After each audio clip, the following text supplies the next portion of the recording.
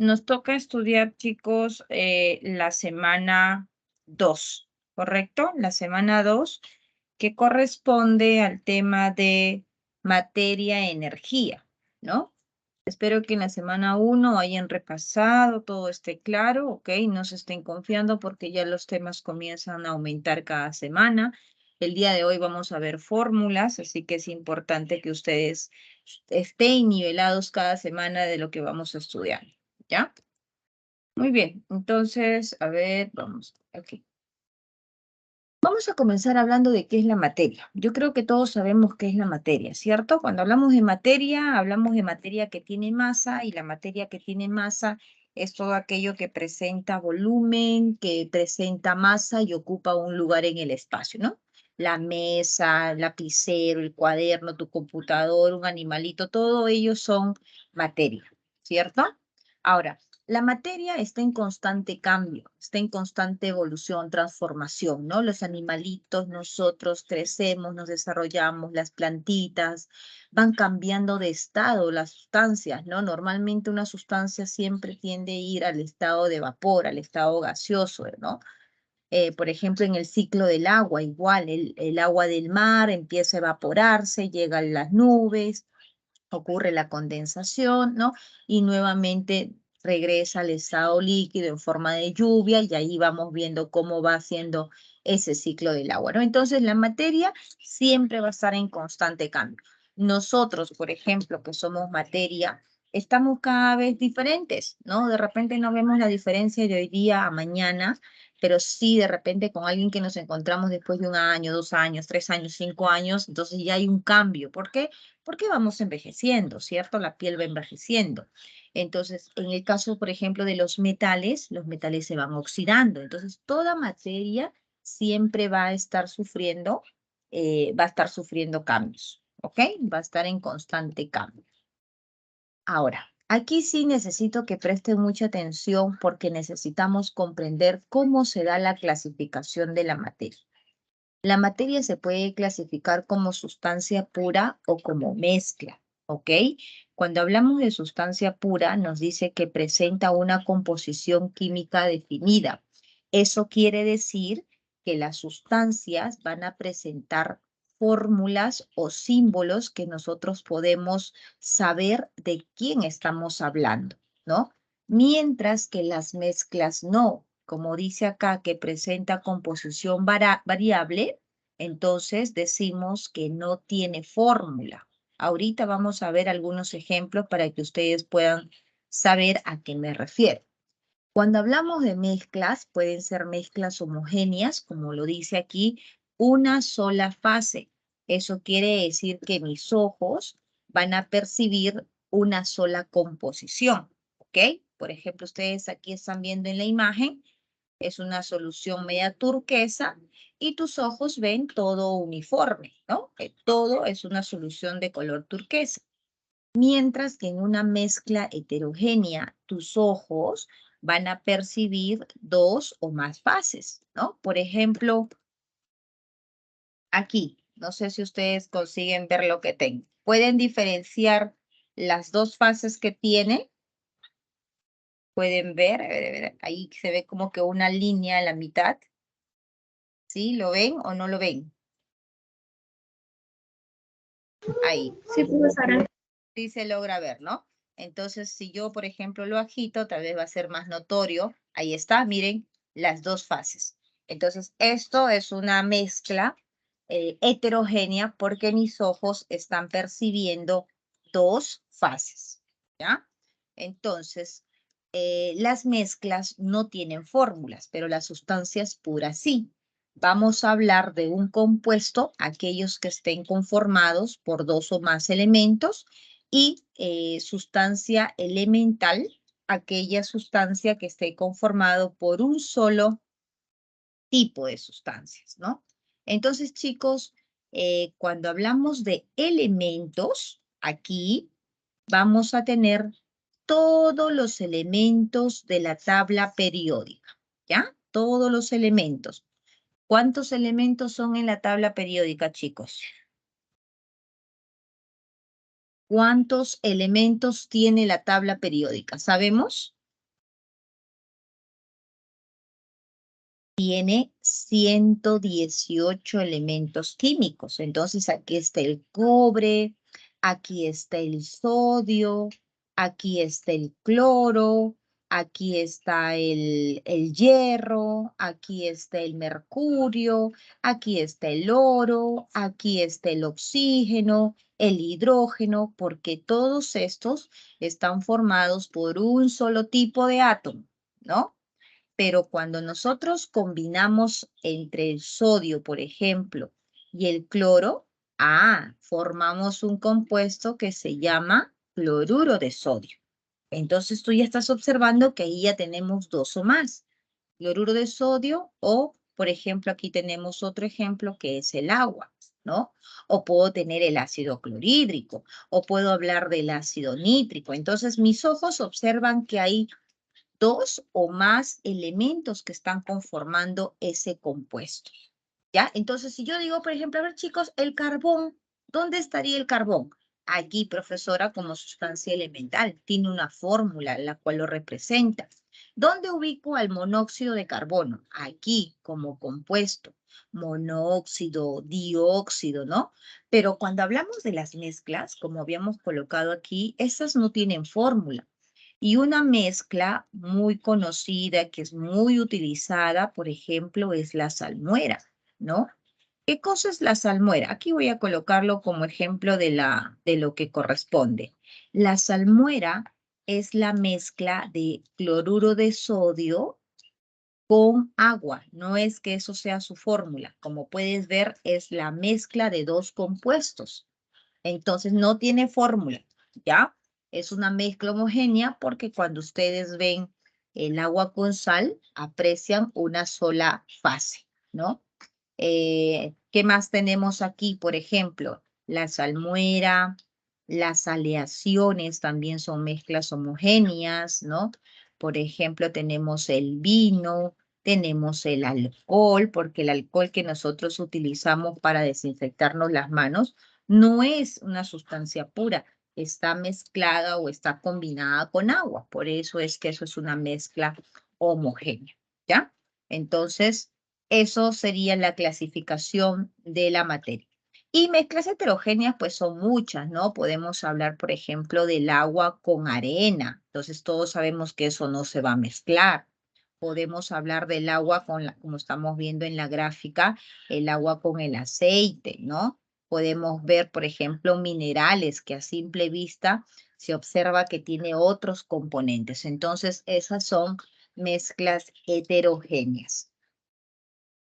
Entonces, repasando, sustancias puras pueden ser monoatómicos, que son todos los elementos de la tabla periódica. Aquí entran todos: hierro, cobre, níquel, litio, sodio, potasio, rubidio, cesio, francio, los 118 elementos de la tabla periódica, ¿no? Ahí están los 118 elementos que tienen en su fórmula o como símbolo, están formados por un solo tipo de átomo.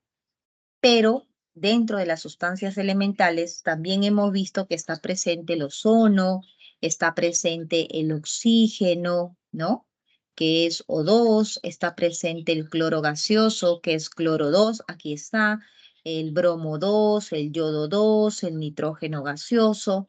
Profesora, pero está formado por dos elementos, claro, pero son elementos iguales. Por eso es que está dentro de la clasificación de sustancia simple o elemental, ¿ok? Y ellos son poliatómicos. Como compuesto, hemos dicho, por ejemplo, el cloruro de sodio, ¿cierto? Los compuestos, como están unidos entre los enlaces, con enlaces químicos, como es el caso del cloruro de sodio, si nosotros quisiéramos separar una solución de cloruro de sodio, ¿no? Tendríamos que realizarlo por métodos químicos, que son métodos mucho más sofisticados porque necesitamos romper esos enlaces, ¿ya? Eso ocurre con los compuestos, para que estos puedan pasar a ser sustancias elementales, ¿no? Que son conformados por un solo tipo de átomo. Pero en el caso, por ejemplo, de las mezclas. Aquí, por ejemplo, se utiliza la electrólisis, ¿no? Esto es un ejemplo donde el cloruro de sodio, que es un compuesto, pasa a formar sodio y cloro, que son sustancias elementales, ¿no? Que tienen símbolos, por eso son sustancias puras. En cambio, las mezclas, como hemos visto las homogéneas, que mis ojos observan una sola composición, por ejemplo, aquí tenemos una moneda, las monedas están conformadas por varios metales, mis ojos perciben como si fuera un solo metal, ¿no? Pero tiene níquel, tiene otros componentes.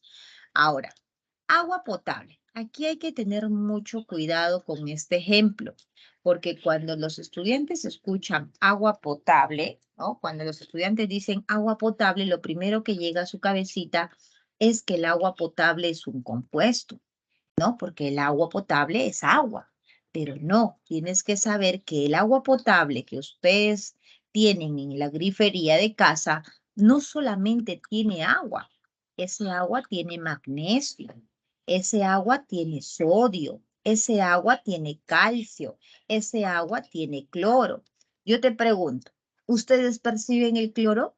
¿Perciben el sodio? ¿Perciben todos los iones que tiene? No, ¿verdad? ¿Por qué?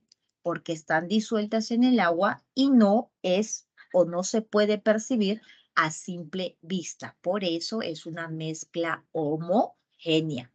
Y el aire que nosotros respiramos en estos momentos aquí, oxígeno, nitrógeno, argón. ¿Tú puedes diferenciar el oxígeno? ¿Puedes diferenciar el argón? Tampoco, ¿cierto? No los puedes diferenciar. Entonces, como no se diferencia, estamos hablando de una mezcla homogénea, ¿ya? Una sola fase. En cambio, la heterogénea sí, pues a simple vista percibimos agua y aceite o ciertos minerales que tienen diferentes estructuras, colorcitos que puede darse uno cuenta que hay otros componentes, ¿ok? Muy bien, entonces hasta aquí eso sería la clasificación de la materia. ¿Quedó claro? ¿Tienen alguna pregunta? ¿Alguna duda? ¿Estamos bien? Deditos arriba si está todo claro. Chicos, yo necesito que estén despiertos. Necesito saber si están conmigo. Ok, muy bien, Anet. Todo claro, profesor. Muy bien. Ajá, muy bien. Entonces todos están atentos. Ahora.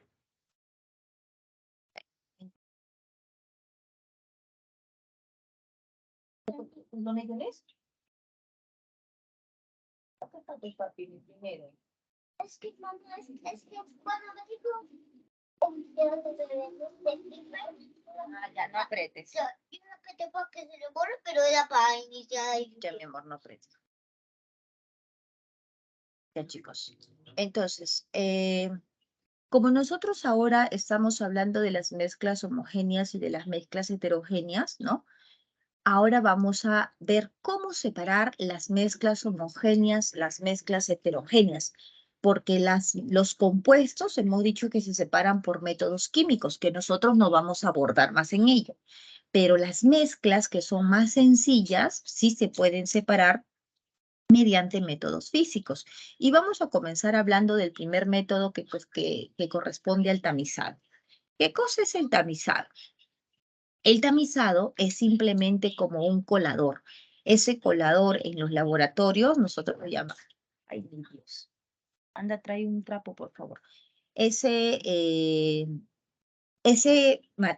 colador, como les decía en el laboratorio, nosotros lo llamamos tamiz, ¿ya? Entonces, esto se llama tamiz. Aquí tenemos varios tamices. ¿Cuál es la función de un tamiz? Separar las sustancias de acuerdo al tamaño. Entonces, este tamiz, por ejemplo, voy a exagerar, el primer tamiz puede tener orificios de ese tamaño, ¿ok? Que va a permitir pasar las sustancias que sean menores a ese volumen, a ese tamaño, a esa forma. El segundo tamiz, sus orificios van a ser pequeños, ¿no? El tercer tamiz va a tener orificios aún más pequeños, ¿no? El cuarto tamiz va a ser mucho más fino, de tal manera que cuando va pasando de un tamiz a otro, en cada tamiz se va quedando las sustancias que tienen mayor volumen respecto a ese orificio. Entonces, ¿qué voy a tener como resultado? la separación de esa sustancia, de esas mezclas, ¿ok? De esa mezcla de acuerdo a los diferentes tamaños. Entonces, el tamizado es la separación de acuerdo al tamaño, ¿ok? De acuerdo al tamaño de las sustancias, ¿no? De las mezclas, de las sustancias que están dentro de eso, ¿ok? Entonces, eso es el tamiz, ¿ya? Tamaño de las sustancias, separación acá, ¿no? Separación de acuerdo al tamaño de las sustancias, ¿no? Ahora, estos son en sólidos, separación de sólidos. Ahora, la decantación puede ser, por ejemplo, aquí ustedes están viendo un material que se llama pera de decantación, ¿ya? Pera de decantación. La pera de decantación sirve, o en general la decantación sirve para separar líquidos, pueden ser líquidos, en el caso de aquí tenemos líquidos con densidad diferente, ¿no? Entonces, por ejemplo, el agua y el aceite tienen densidades diferentes, ¿no? Nosotros estamos observando aquí en la parte superior, encontramos aceite. Tienes que traer un trapo más grande. Y aquí encontramos el agua, ¿correcto? Aceite y agua. Entonces, por ejemplo, les mostraba aquí yo la solución. Miren, ustedes inicialmente cuando yo les mostré esto agitado, miren, esto es una mezcla heterogénea, ¿no? Y ustedes están viendo, miren cómo se va separando. Entonces, estos cuando se agitan las sustancias que no son miscibles, que no se mezclan, tenemos de esta manera, lo mismo va a ocurrir con el agua y el aceite, y luego simplemente nosotros esperamos, ¿ok? Esperamos, y esto va a ocurrir una separación, una decantación, ¿no? Miren cómo va a ir separándose, ¿no? Ahí voy a ir mostrando para que ustedes vayan observando, ¿ya? Entonces, ¿cómo se va separando? Voy a dejar por aquí, o si no, acá lo voy a tener y yo les voy mostrando cada instante. Entonces, solito va a ir separándose para poder nosotros, apagar la luz, por favor, para nosotros poder aprovechar, ¿no? Y las diferentes densidades que presentan y este se puede lograr separar, ¿no? Ahora, en este caso aquí tenemos un líquido, ¿ok? Tenemos un líquido. Y aquí en este vaso encontramos en la parte baja, ustedes pueden ver que hay un sólido. Entonces, igual cuando estos se mezclan, se misturan, ¿no? Y al momento de que yo deje esta sustancia, la tierra se va a ir a la parte baja y el líquido va a quedar en la parte superior. Entonces ocurre una decantación, ¿no? Entre sólido y líquido. Entonces prácticamente la decantación viene a ser la separación de dos sustancias que tienen diferentes densidades, ¿no? Que pueden ser dos líquidos o puede ser sólido con líquido. La filtración es el uso de un filtro, un papel filtro, ¿ok? Ese papel filtro simplemente lo que va a hacer es que todo el sólido, ¿ok? Bueno, de que todo el sólido quede retenido en el papel filtro y solamente pueda pasar el líquido. ¿Ok, chicos? Entonces, eso es la filtración. Entonces, estos métodos son sencillos. Por eso se dice que son métodos físicos. ¿Ya? Métodos físicos. Miren, aquí ya se está separando, ¿no? Poco a poco está todavía medio turbio, pero todavía, vamos, como le ha agitado fuerte, entonces está demorando en separar. Tenemos el método de destilación que también sirve para separar. Esto sirve para separar mezclas homogéneas, ¿no? Mezclas homogéneas aprovechando su punto de ebullición. Entonces yo puedo tener, por ejemplo, aquí, ¿no? Puedo tener aquí alcohol, ¿no? Agua y alcohol, que es el etanol, pero para ello yo tengo que saber la temperatura de ebullición del agua.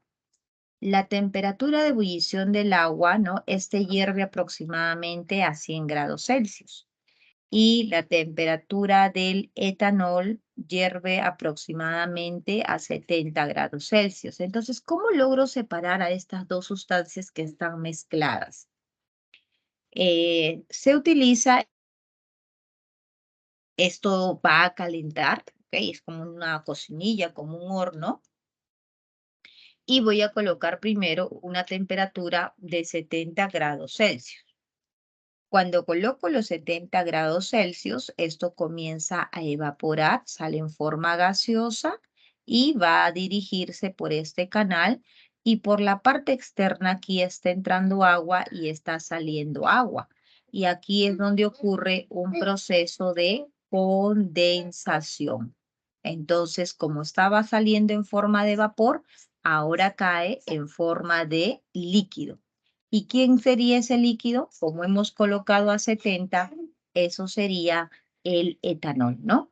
Y en el balón estaría quedando el agua, que esto no supera los 100 y por lo tanto no salió en forma de vapor, ¿ya? Entonces, eso sería la destilación. La evaporación es el mismo criterio, solo que aquí la sustancia que se evapora, la sustancia que se va en forma de vapor, no se recupera como en el caso de la destilación.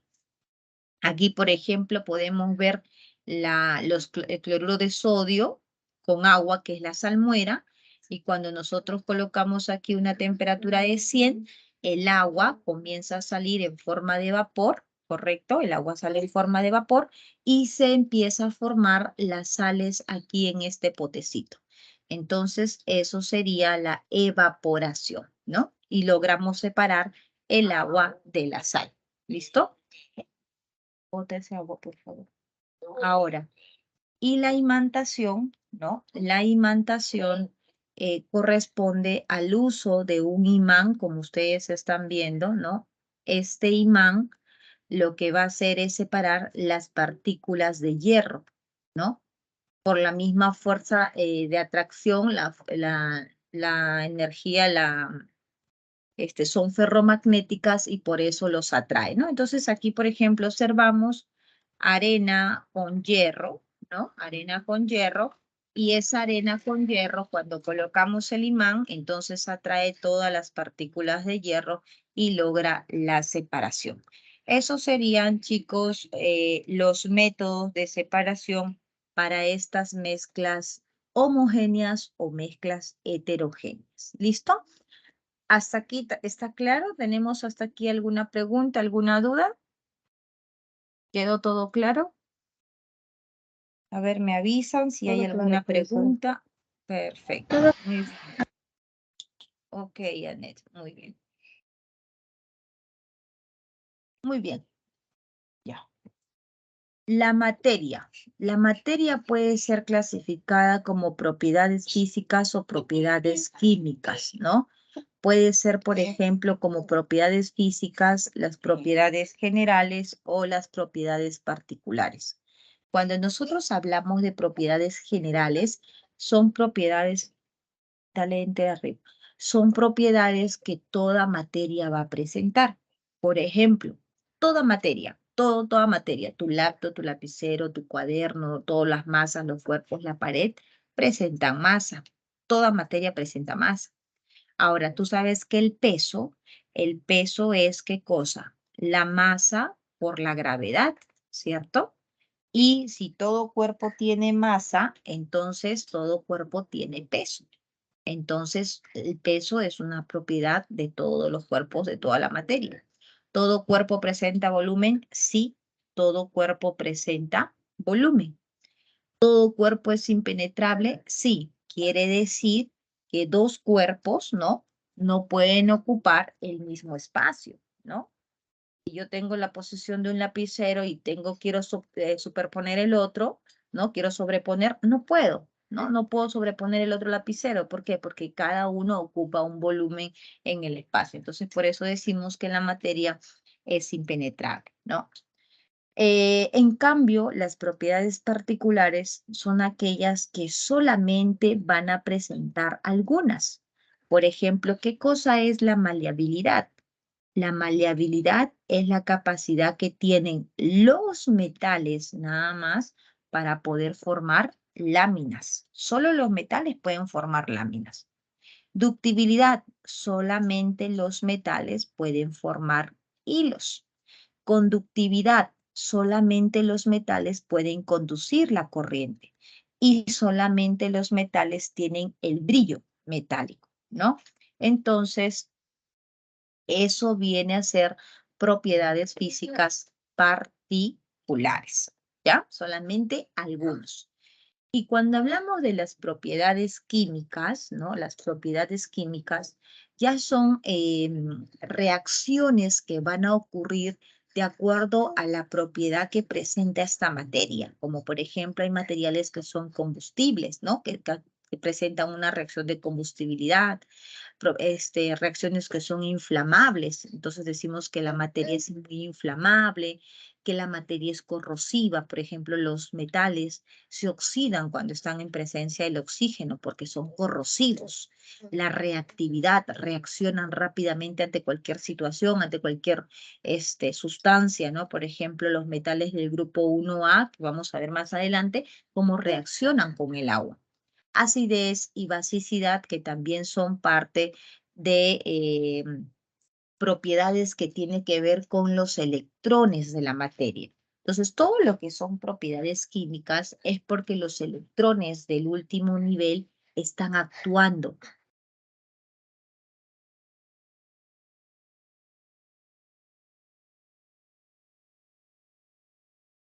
Y propiedad química. Entonces, a ver, vamos a ver si hemos entendido. La impenetrabilidad, ¿es propiedad general o propiedad particular?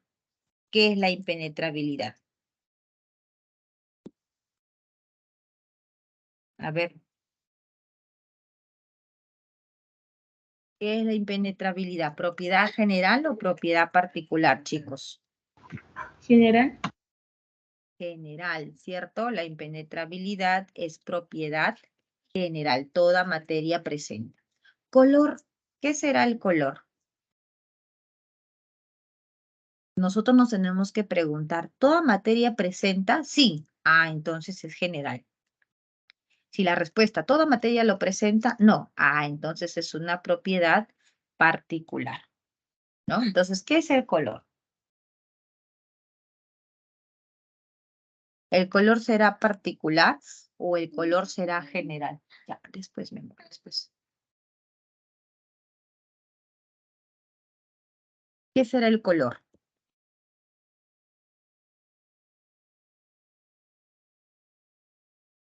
¿Todas las sustancias presentan color?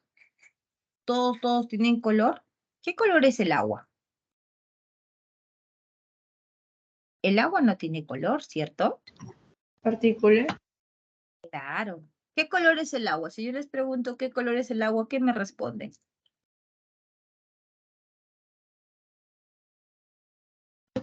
No tiene color. Ya, pero ¿cómo se dice las sustancias que no tienen color?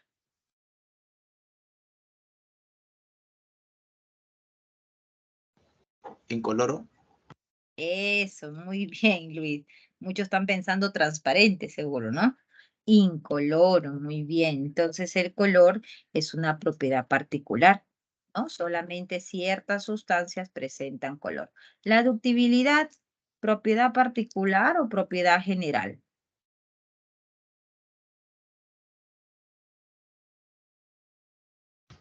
Particular. Particular, porque hemos dicho que la ductibilidad sirve para formar hilos, ¿no? Entonces es una propiedad particular. Muy bien, tenemos las propiedades intensivas y propiedades extensivas de la materia. ¿En qué consisten las propiedades extensivas e intensivas de la materia? Cuando hablamos de propiedades extensivas, quiere decir que son propiedades que dependen de la masa, ¿ok? Estas propiedades dependen de la masa. Eso quiere decir que cuando varía la masa, también varía esa propiedad. Entonces, Si aumenta la masa, ¿ok? Aumenta el peso, aumenta el volumen, aumenta la longitud, aumenta el área y aumenta la inercia. Todo eso cada vez que nosotros aumentemos la masa, ¿no? Por ejemplo, a ver, tengo aquí un bloque, ¿no? Un bloque pequeño y ahora ese bloque lo voy a tener pero de mayor tamaño. Entonces, al aumentar el tamaño, si esto es una masa 1 y esto es una masa 2, el peso 1 y el peso 2, sí o sí el peso 2 va a ser mayor. Su volumen 1 y su volumen 2, su volumen 2 va a ser mayor. Entonces, estas propiedades van a depender de la masa.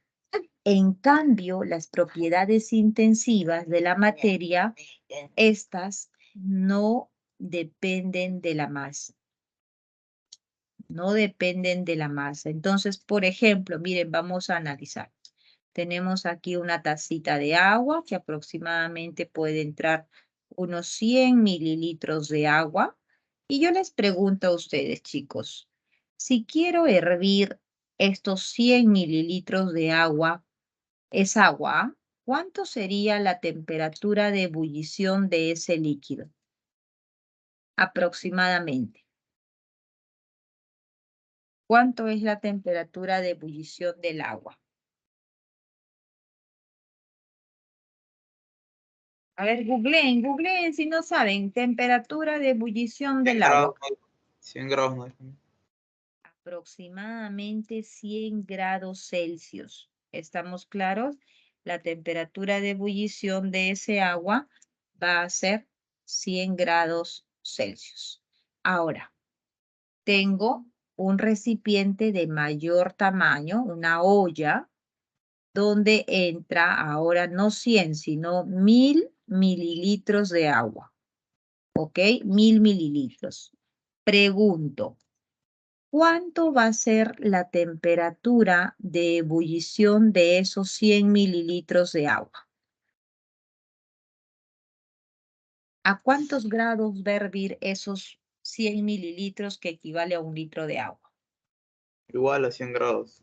Exacto, muy bien. Entonces ustedes se dan cuenta de que la temperatura de ebullición es una propiedad que no depende de la masa. Yo aumenté la masa, ¿no? Miren, esto era 100 mililitros, que es equivalente a 100 gramos. Y ahora tengo 1000 mililitros, que es equivalente a 1000 gramos. Pero sin embargo, la temperatura de ebullición sigue siendo la misma. ¿Por qué? Porque la temperatura de ebullición es una propiedad intensiva de la materia, no depende de la masa. Lo mismo, si yo tengo un alambrecito de cobre y él tiene una cierta densidad y yo tengo una barra de cobre, ¿no? La densidad va a ser la misma.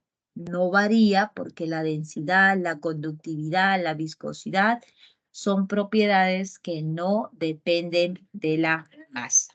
¿Correcto? Muy bien. Entonces, volumen, fuerza, masa, peso, sí dependen de la masa, propiedades extensivas. Y el calor, la conductividad, la temperatura de ebullición, la dureza, son propiedades intensivas que no dependen de la masa. ¿Ok? Muy bien. Hasta aquí entonces, ¿alguna pregunta? ¿Todo bien? ¿Claro? Richard, Kelly, Luis, Cialer, Estrella, Nicole, Joana, ¿todo bien? ¿Sí? Por acá tenemos a quién, Valeria. Muy bien. Todo ok. Perfecto. Listo. Propiedades químicas son aquellas propiedades donde ya van a verse involucradas los electrones, ¿no? Entonces, por ejemplo, reacciona con el oxígeno, va a haber un cambio, una oxidación. Cuando hablamos de la basicidad o de la acidez, entonces estos van a tener una cierta cantidad de sustancias, ¿no? Que van a hacer que sea mucho más ácido o mucho más básico. Y vemos, por ejemplo, acá cómo se da la reacción, ¿no? Explosiva entre el sodio y el agua. ¿Listo? Entonces, todos estos cambios que estamos observando, ¿no? Estas propiedades son propiedades químicas porque van a ocurrir, van a ser responsables para que ocurra una reacción química. Muy bien. Ahora sí, entonces pasamos al estado, a los estados de la materia. ¿Cuántos estados tiene la materia? A condiciones ambientales, que es el estado que nosotros vamos a estudiar, ¿no? La materia presenta 3 estados. Esos 3 estados de la materia vienen a ser el estado sólido, el estado líquido y el estado gaseoso. Estos estados van a depender de las fuerzas intermoleculares. Entre las sustancias nosotros encontramos fuerzas de atracción que mantienen unidas a los átomos y las fuerzas de repulsión. La fuerza de atracción en un estado sólido va a priorizar, va a ser mayor. Por eso es que las moléculas, los átomos o las moléculas, la unión entre ellos va a ser sólido, va a ser fuerte y por lo tanto va a ser sólido y compacto ese estado. En el caso de los líquidos, la fuerza de atracción y la fuerza de repulsión son iguales, ¿ok? Entonces por eso existe esa fluidez. Y en el caso del estado gaseoso, la fuerza de atracción y las fuerzas de repulsión, predomina la fuerza de repulsión. Entonces, como predomina la fuerza de repulsión, las moléculas están más separadas y por eso se encuentran en el estado gaseoso. ¿Ok? Eso sería entonces con respecto a esas fuerzas o a los estados de la materia a condiciones ambientales, ¿no? Cambios de estado. ¿Hay preguntas? ¿Hay preguntas? ¿Hay dudas?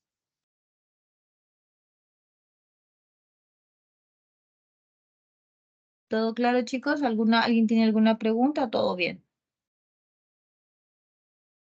Todo claro, ¿no?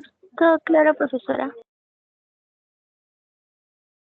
Bien, los cambios de estado ya ustedes lo conocen, pues, ¿no? Los cambios de estado, pues, pueden ser, por ejemplo, de sólido a líquido, fusión, de líquido a gas, vaporización, de gas a sólido, de sólido a gas, sublimación, de líquido a sólido, solidificación, ¿no? De gas a líquido, licuación o de gas a sólido, sublimación inversa.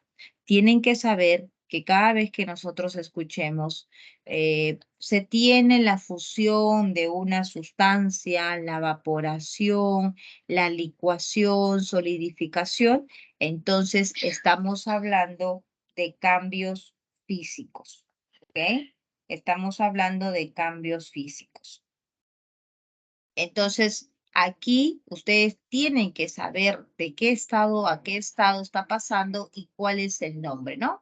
Comúnmente, pues todos sabemos cuando tenemos una barra de metal y lo llevamos del estado sólido al estado líquido, entonces eso es fusión.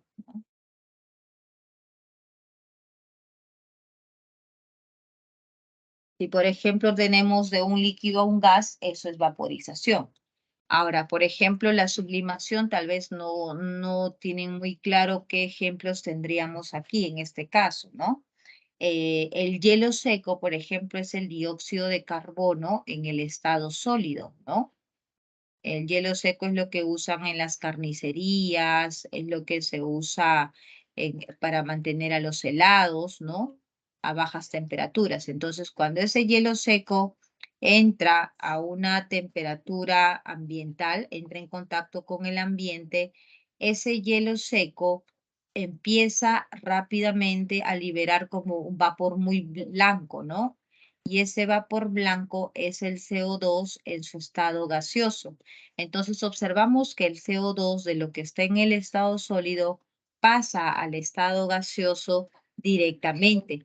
Y a ese proceso que pasa directamente se le conoce como sublimación. ¿Ok? Entonces, esos son los ejemplos en el caso de la sublimación. Muy bien, entonces aquí creo que no hay mucho, esto ya ustedes lo conocen, el agua cuando pasa a hervir, por ejemplo, eso es un cambio, eso es una vaporización, ¿no? Y lo mismo, ¿no? Los demás cambios de estado, ¿ok?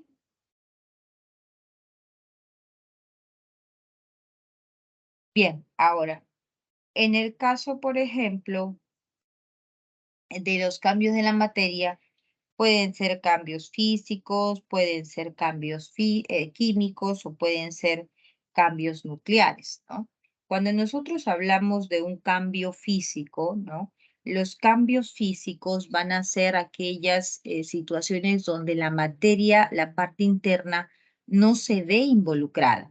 Se rompe un lápiz, el agua comienza a ebullir. Recuerda que todos los cambios de estado, ebullición, fusión, evaporación, condensación, sublimación, sublimación inversa, todo lo que acabamos de ver en la diapositiva anterior, todos estos cambios de estado, acuérdate que son físicos, ¿ya? Son cambios físicos. Entonces aquí tenemos todo ello físico, ¿no? Por ejemplo, el agua que pasa del estado líquido al estado de vapor. Sigue siendo agua y solamente hubo un cambio de estado. Químicos. Los químicos iban a estar involucrados los electrones, ¿no? Entonces, por ejemplo, cuando existe una oxidación, que en el mundo de la ingeniería se llama corrosión, en el mundo químico es oxidación, ¿no? Está ocurriendo pérdida de electrones. Entonces, ya los electrones se están viendo involucrados aquí en las propiedades o en los cambios de la materia, en los cambios químicos, ¿no? Entonces, la corrosión, la digestión, porque nosotros en nuestro estómago tenemos ácido clorhídrico y ellos comienzan a romper los enlaces, ¿no? La combustión, la quema de un papel, debe estar la quema de un papel, la fotosíntesis, por ejemplo, cómo las plantitas comienzan a crecer, a absorber las sales, los minerales, ¿no? Entonces comienzan a producir sus alimentos. Entonces, esos son cambios que implican reacciones químicas, ¿no? Entonces, por ejemplo, aquí puedo colocar el cloruro de sodio, ¿no? Mediante un proceso de electrólisis, que significa romper los enlaces, voy a tener en sodio y voy a tener en cloro gaseoso. Entonces aquí vemos que ya la sustancia inicial ha roto sus enlaces químicos. Y cuando hablamos de nuclear, aquí su nombre lo dice, nuclear. Entonces ya no estamos hablando de que el átomo, sus electroncitos que están aquí afuera van a reaccionar. No. Cuando hablamos de una reacción nuclear o cambios nucleares, es porque el núcleo ya está siendo alterado. Por eso se llama nuclear.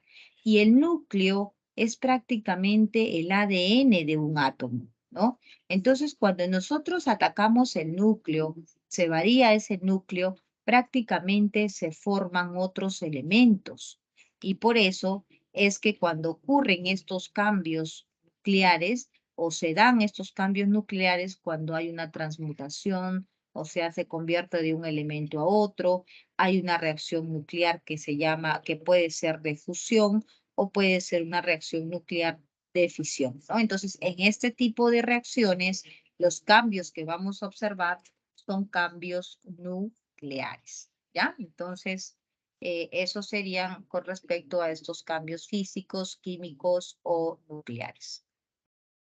Entonces, aquí vemos los ejemplos donde no son afectados la parte interna de la materia, solo es externo. En cambio, aquí ya sí son afectados los electrones de la materia, ¿no? Porque son fenómenos químicos, y los nucleares son afectados en el núcleo de ese átomo, ¿no? Entonces ahí ya al afectar el núcleo van a formarse nuevas sustancias. Energía. ¿Qué cosa es la energía, mis chicos? La energía viene a ser la fuerza, dice, ¿no? Es todo aquello capaz de realizar un trabajo. Y esa energía se puede medir o se mide en el sistema internacional en unidades de Joule, ¿no? Puede ser medido en ergios, puede ser medido en calorías. Entonces, esas relaciones que estamos viendo aquí a nosotros nos van a dar de datos, o sea, que no nos preocupemos por estas relaciones. Lo que sí debemos de saber es cómo utilizar estos valores, ¿no? Vamos a ver más adelante en los ejercicios, ¿ya? Muy bien. Calor. ¿Qué es el calor? Es una energía. Esta energía puede ser liberada o puede ser absorbida por las reacciones químicas, ¿correcto? Entonces, ¿cómo nosotros vamos a determinar la cantidad de calor que una sustancia puede absorber o liberar? Cuando nosotros tenemos un cuerpo, inicialmente, por ejemplo, un cuerpo se encuentra a una temperatura de 10 grados Celsius y luego a ese cuerpo lo llevo a una temperatura, vamos a suponer, de 80 grados Celsius, ese cuerpo se va a calentar. La pregunta es, ¿y cuánto de calor ha ganado? ¿Cómo puedo saber cuánto de calor ha ganado? Ah, puedo saber con la famosa ecuación del CMA.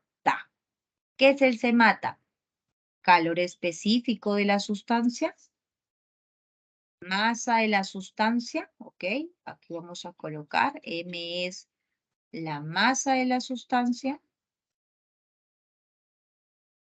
que tiene que ser expresada en gramos, ¿ok? Eso es la masa de la sustancia en gramos. ¿Y qué es ese triangulito de T? Ese triangulito de T es la variación de temperatura, o sea, de lo que fue llevada la temperatura con respecto a su temperatura inicial. Por eso es T2 menos T1.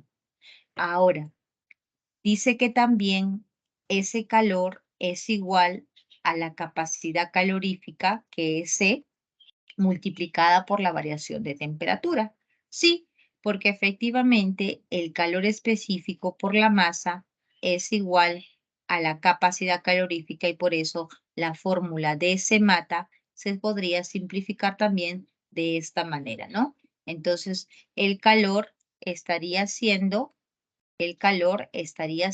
la capacidad calorífica por la variación de temperatura o el calor estaría siendo igual al CMATA, ¿ya?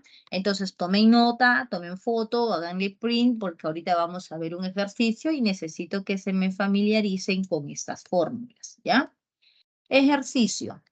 Nos dan una sal en el cual nos dicen la masa, miren, 100 gramos de esa sal que va de una temperatura de 40 a 140. Determine el calor en kilojoule. Ah, ok. Entonces voy a calcular con el famoso CMATA, ¿no? Tú ya sabes que el calor es igual al calor específico por la masa, por la variación de temperatura. Ahí está nuestro famoso CMATA. ¿Cuánto es tu masa? 100 gramos, profesora. Ahí están los 100 gramos. ¿Cuánto es el calor específico de esa sal? Mira, aquí está, te dan de dato el calor específico de la sal, 0.20 calorías por grado Celsius. ¿Y cuánto es la variación de temperatura? Temperatura sería 140 menos los 40. Ahí está. Y aquí simplemente ya operamos, ¿no? Aquí ya viene matemática, álgebra, y operando ese calor sale 8,36 por 10 al cubo Joule, porque recuerda que estas unidades, mira, gramos, ¿no? Gramos con gramos se van, Celsius con Celsius se van y me queda en calorías, ¿no? Sí, calorías, aquí está, calorías. Pero yo sé que la caloría, mira, es 4,18 Joule. Conversión, calorías abajo, que ya hemos aprendido la clase anterior, y una caloría, profesora, equivale a 4,18 Joule. Ahí está. Entonces opero y por eso es que tengo acá ya en Joule, ¿no? Inicialmente me salía en calorías, pero yo no quiero en Joule, ¿Nosotros en qué queremos? Queremos en kilojoule. Ah, entonces otra vez la conversión. Joule arriba, entonces coloco joule abajo.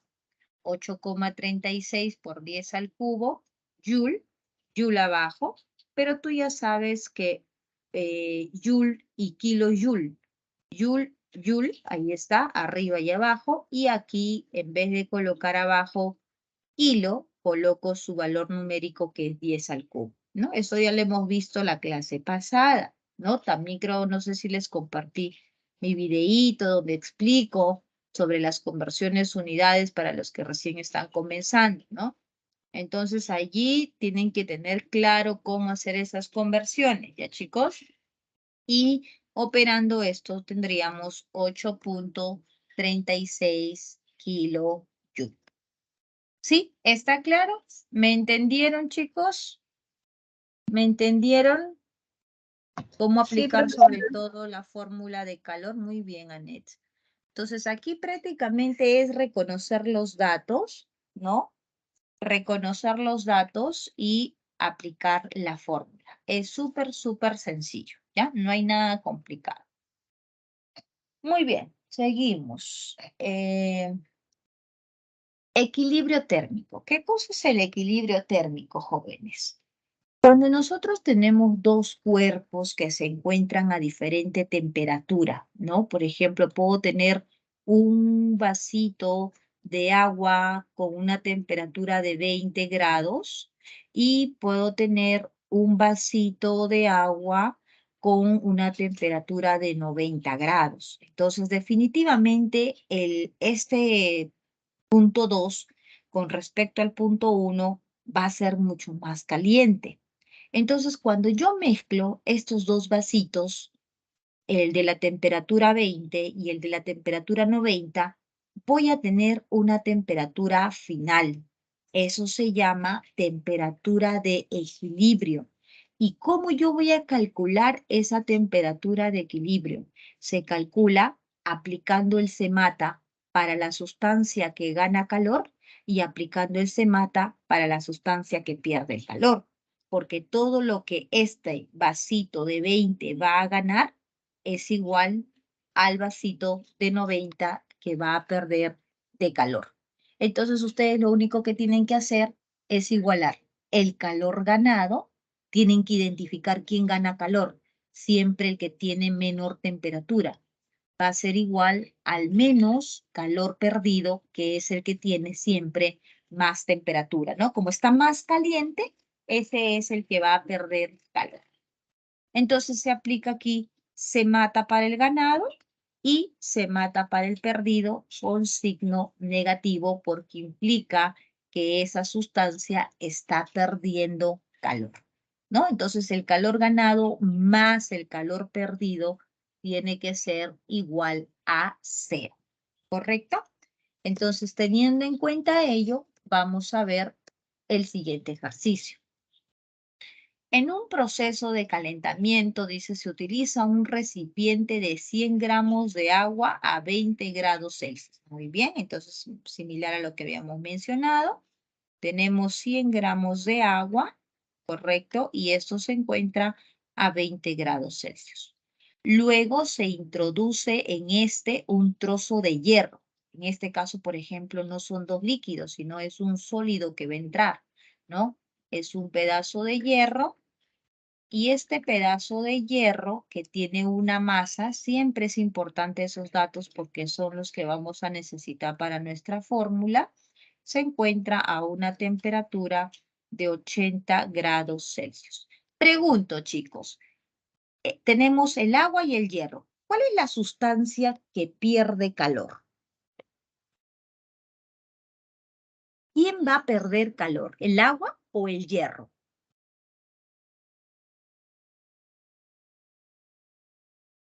El agua está a 20 y el hierro está a 80. ¿Quién pierde calor? El hierro, El profesora. hierro. Claro, el hierro va a perder. Aquí voy a tener el calor perdido. Y como está en 20, vamos a tener el calor ganado. Entonces, calor ganado para el agua y calor perdido para el hierro. Entonces voy a aplicar se mata para el agua, se mata para el hierro, ¿no? Con su signo negativo. Listo. Para el agua, masa 100 gramos, ahí está, 100 gramos del agua. Calor específico del agua, miren, aquí está este dato. 1 caloría por gramo y variación de temperatura.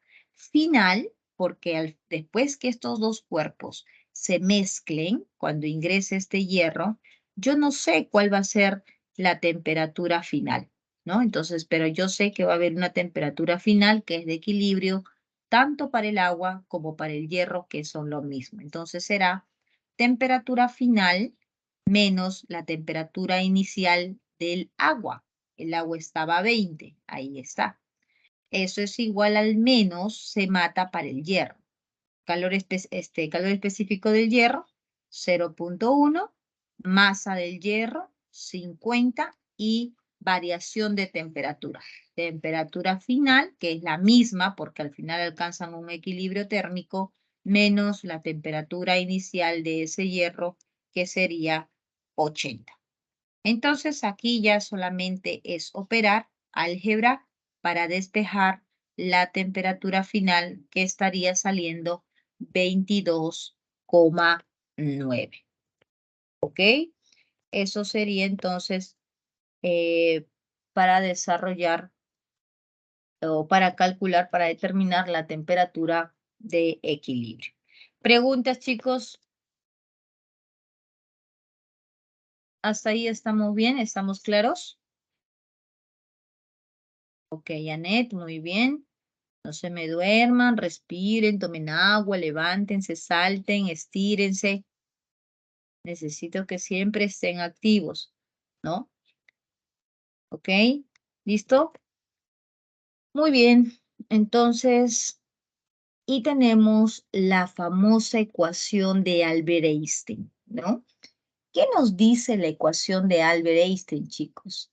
Esta ecuación de Albert Einstein nos permite saber cuál es la energía que se libera cuando nosotros tenemos sustancias radioactivas, sustancias que van a emitir una gran cantidad de energía y eso se da cuando tenemos reacciones nucleares. Aquí en esta ecuación, por favor, tomen nota siempre en las ecuaciones y en los tips que les voy diciendo. Esta ecuación es muy sencilla, masa por velocidad de la luz elevado al cuadrado, que lo único que van a hacer ustedes es reemplazar. Pero ¿saben cuál es el detalle? De que a veces no saben las unidades correspondientes y ahí prácticamente todos caen, ¿no? Si yo quiero calcular la energía en Joule, por eso está de rojito, rojito, rojito, tu masa tiene que ser en kilogramos y tu velocidad de la luz tiene que ser en 3 por 10 a la 8 metros por segundo. Si a ti te piden la energía en ergios, porque ya hemos visto que también es un valor para determinar la energía, tu masa tiene que ser en gramos y la velocidad de la luz 3 por 10 a la 10 centímetros por segundo. Entonces, eso viene a ser las unidades correspondientes dependiendo cómo quieres o en qué unidad quieres la energía. ¿Listo? Tomen nota, por favor, apunten, tomen foto, porque cuando vamos a ver el ejercicio, necesito que ustedes tengan claro qué está usando. Ah, está usando esta ecuación, ¿no? Entonces, palabras claves para usar la ecuación de Einstein: energía nuclear, liberación de energía, radioactividad. Yo escucho ello y yo tengo que saber que voy a utilizar energía igual a masa por la velocidad de la luz elevado al cuadrado. Muy bien, entonces ahora sí, nos queda poco tiempo, ¿no? Porque terminamos creo que 8:30. Así que mejor. No, sí tenemos tiempo. Ay, no sé. ¿Qué hora es, chicos? 8:30, perdón. ¿Qué 8:30? 6:30. ¿Qué hora es, chicos? ¿Qué hora tienen? Lo que pasa es que mi computadora está fallando la hora y no sé por qué se está atrasando. De antes tenía, no sé, 5:32, profesora. 5:32. Entonces, sobrado. Tenemos entonces todavía 1 hora para que terminemos la clase. Entonces va a dar tiempo de poder explicar bien los ejercicios. Muy bien, entonces vamos vamos a trabajar con ustedes. Como hay tiempo, vamos a trabajar con ustedes y así ustedes me van preguntando sus dudas. Pregunta número 1, a ver, 1 o 2 minutos para que ustedes comiencen a preguntar las dudas o me puedan decir qué clave es. Nos piden verdadero o falso en cada proposición. A ver, lean un ratito para que entiendan la pregunta.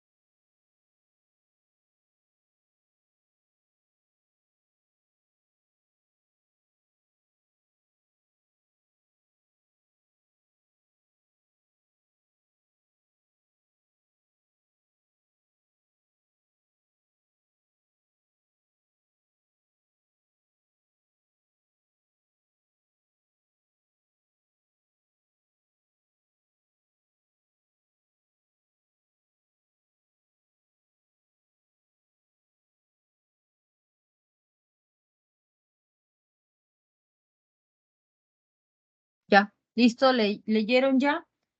Entonces, nos hablan que tenemos muestras, ¿no? Muestras de agua potable, de aire y de suelos.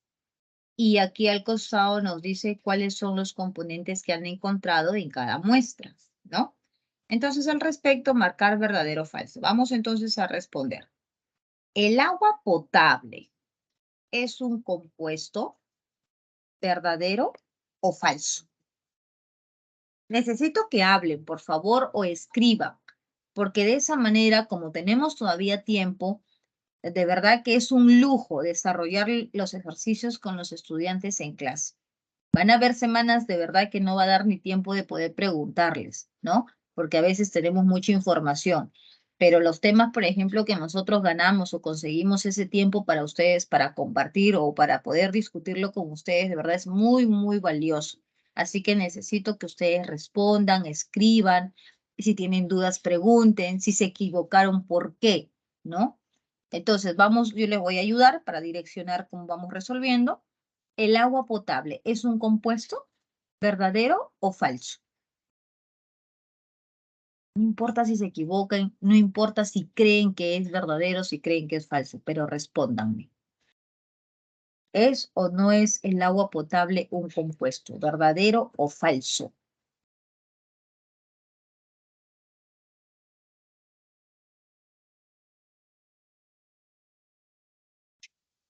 Primero tengo que recordar que un compuesto tiene fórmula y está formado por 2 elementos o más. ¿El agua potable tiene fórmula? Sí, profesora, es un compuesto. Ok, Luis nos dice que es un compuesto. A ver, ¿todos de acuerdo? ¿O hay alguien que dice no, no estoy de acuerdo, es otra cosa? Bien, Sí es un compuesto, profesor. No es un ok. compuesto, Ya, ¿por qué no es un compuesto? Por ahí, ¿quién dijo? A ver, ¿quién dijo que no es un compuesto? ¿Por qué? porque si estaríamos hablando de agua, en sí, sí es un compuesto, pero ahorita mismo estamos hablando de agua potable y el agua Ajá. potable posee otras sustancias. Como estamos viendo aquí, nos dice que tienen cloro, que tiene cadmio, que tiene nitratos, y como les mencioné en el ejemplo de clase, ¿no? Muy bien, no, no podemos ver esas sustancias en el agua. Entonces, el agua que sale del caño no es agua pura, chicos, es agua con otros componentes. Pero ¿pueden verlo? No. ¿Por qué? Porque el agua potable no es un compuesto. El agua potable es una mezcla. ¿Qué tipo de mezcla? Homogénea. Si tienen dudas, abran micros y pregunten, ¿ya? Entonces, el agua potable es una mezcla homogénea. ¿Y los suelos son mezclas heterogéneas? Cuando tú ves el suelo, ¿ves que está formado por diferentes componentes? ¿Ves una piedra, otra sustancia, tiene otro color, sí o no? Ah, entonces sí, es una mezcla heterogénea. Pero por la primera parte, este enunciado se invalida. El cloruro de sodio, a ver, ¿cuál es la fórmula del cloruro de sodio? NaCl, ¿cierto? ¿Es una sustancia compuesta, jóvenes?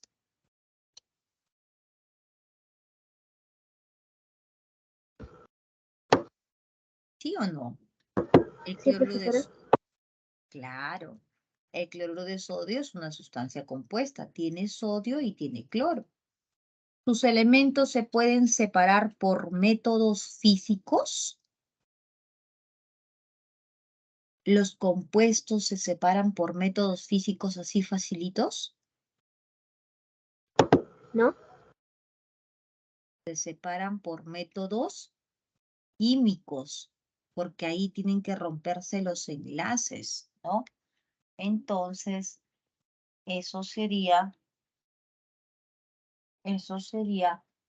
falso, ¿correcto? Y luego nos dice, ¿el ozono es una sustancia elemental? ¿El ozono está formado por un solo tipo de elementos? Sí, puro átomo de oxígeno. Entonces sí es una sustancia elemental. ¿Y el aire es una mezcla homogénea? Sí, también hemos visto que el aire es una mezcla homogénea. Por lo tanto, aquí nuestro enunciado 3 sí sería verdadero y eso corresponde a la clave barco. ¿Ok? Muy bien. Vamos a la siguiente pregunta. Pregunta número 2. A ver, chicos, lean. Es una pregunta súper sencilla y me gustaría que me digan cuál es su clave.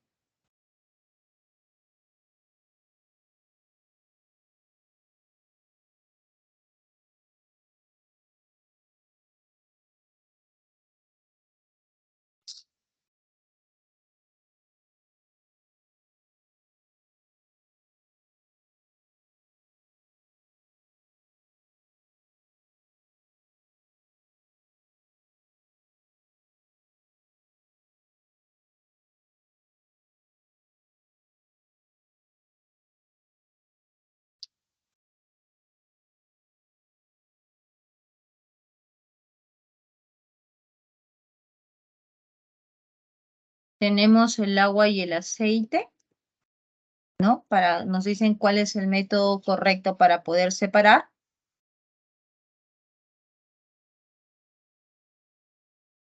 Y el suero salino. El agua con aceite ya lo hemos visto en clase, ¿verdad? ¿Cómo separamos el agua con aceite?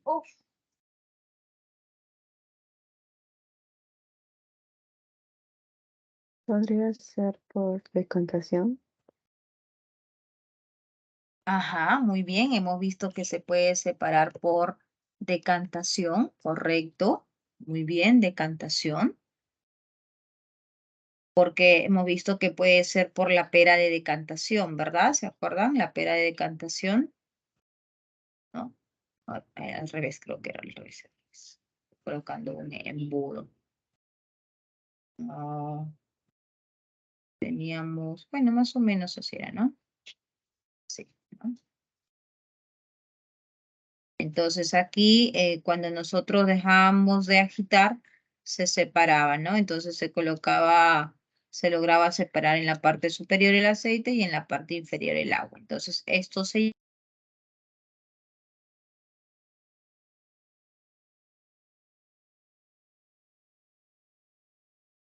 salino. Han visto que cuando los pacientes se encuentran malitos y les ponen suero, ¿no? Les ponen ahí una agujita y están ellos unidos a una bolsita, ¿no? Y esa bolsita es una solución incolora que se llama suero, ¿no? Suero. Entonces, ese suero se dice un suero salino, ¿por qué? Porque tiene agua con sales y son sales disueltas en ese agua. Entonces, el suero salino es una mezcla homogénea, ¿no?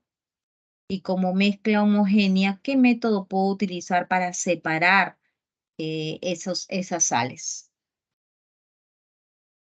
Puedo colocar en un recipiente, llevarlo al fuego, ¿no? Y con la temperatura de 100 grados Celsius para que el agua se pueda ir a su estado de vapor y en la base se pueda recuperar todas las sales. ¿Cómo se llama ese método?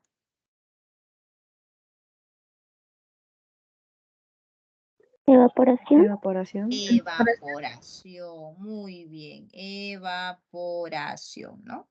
Excelente. Entonces tendríamos decantación y evaporación. Muy bien. Listo. Entonces, continuamos con la siguiente pregunta. Pregunta 3. Nos hablan una serie de propiedades, de magnitudes y nos piden marcar verdadero o falso al respecto, ¿no? Un momentito, por favor, vayan leyendo, a ver un ratito.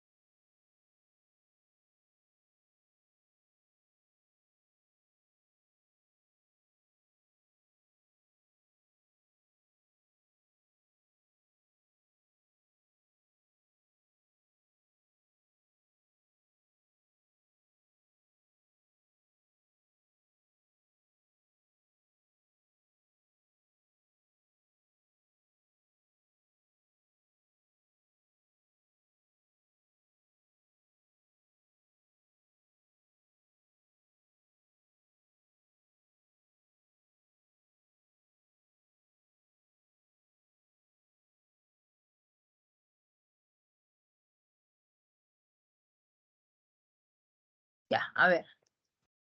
¿Qué tenemos allí como respuesta? ¿Leyeron? Vamos entonces a al primer enunciado. Nos dicen si la magnitud, la temperatura y la densidad son magnitudes derivadas. Recordando la teoría pasada, las magnitudes que son básicas, ¿cuántas magnitudes eran básicas? ¿Se acuerdan? Yo les pedí, por favor, que se acuerden cuántas magnitudes eran básicas. Porque si ustedes sabían cuáles eran esas básicas, ya las derivadas eran más fácil, ¿no? ¿Cuántas básicas tenemos? 7. Muy bien, 7. Entonces, las básicas nosotros nos dábamos cuenta porque solamente tenían un símbolo, ¿no? En este caso, la temperatura. ¿En qué unidad se mide la temperatura?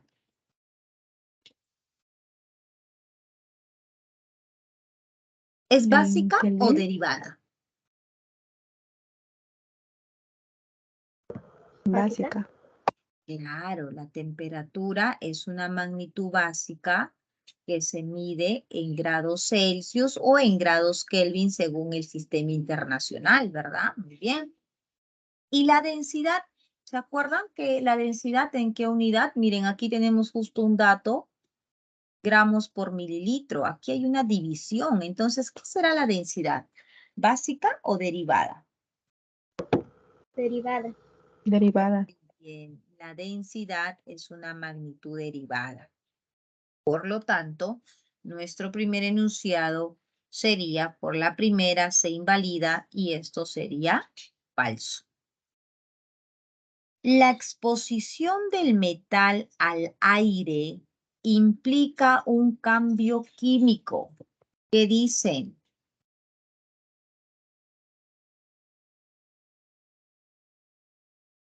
Cuando el metal se expone al aire, ocurre un Se oxida. cambio, ¿no? Eso, muy bien. Y si Sí. hay una oxidación, ¿eso es físico o eso es químico? Químico, Miss. Químico. Muy bien, eso es químico. Entonces, esto sería correcto.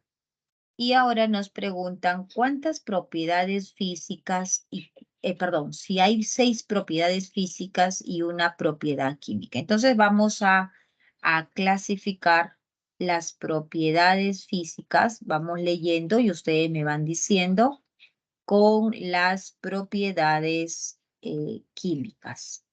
¿Ok? Comenzamos a ver. El sodio es una sustancia que se clasifica como elemento químico. Es de color plateado. ¿Qué es el color? Propiedad física. Muy bien. Es una propiedad física. Perdón, color. Color. Excelente. Color, una propiedad física.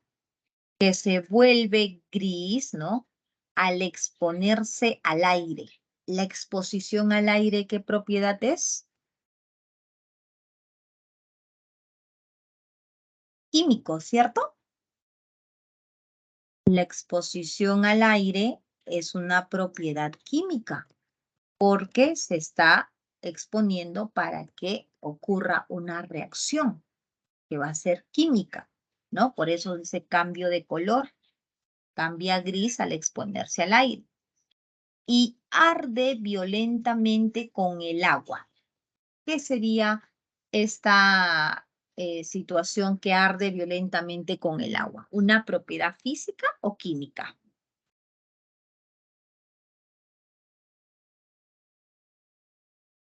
Cuando las sustancias arden, ¿estará ocurriendo una reacción física o una reacción química, jóvenes? Física.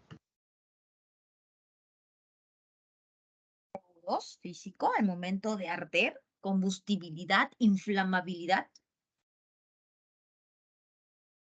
No, química. Químico, ¿ya? Cuando hay una reacción donde se libera calor, energía, ¿no? En este caso, pues dice que arde violentamente, ¿no? Entonces estamos hablando de una propiedad química, ¿ya? Arde violentamente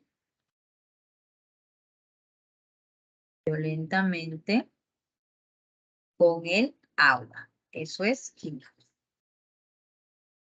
Presenta una densidad. Bueno, esto está claro, ¿no? ¿Qué es la densidad? Una propiedad física. ¿Estamos de acuerdo?